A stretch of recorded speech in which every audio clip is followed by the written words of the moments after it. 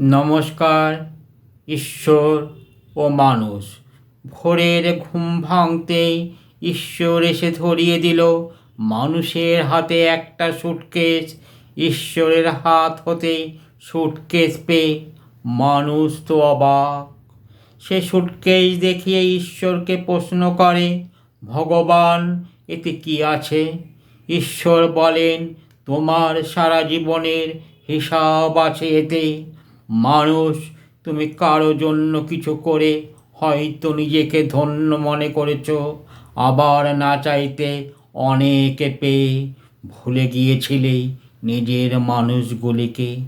ভাড়া বাড়ি থেকে নিজের অহংকার প্রকাশ করেছিলে, কখনো বা রাস্তায় যেতে যেতে গরিবদের দেখে তাচ্ছিল্য করেছিলে, বৃদ্ধ বয়সে নিজ পরিবার নিয়ে ফ্ল্যাটে গিয়ে বৃদ্ধ বাবা মাকে বৃদ্ধাশ্রমে পাঠিয়েছিলে।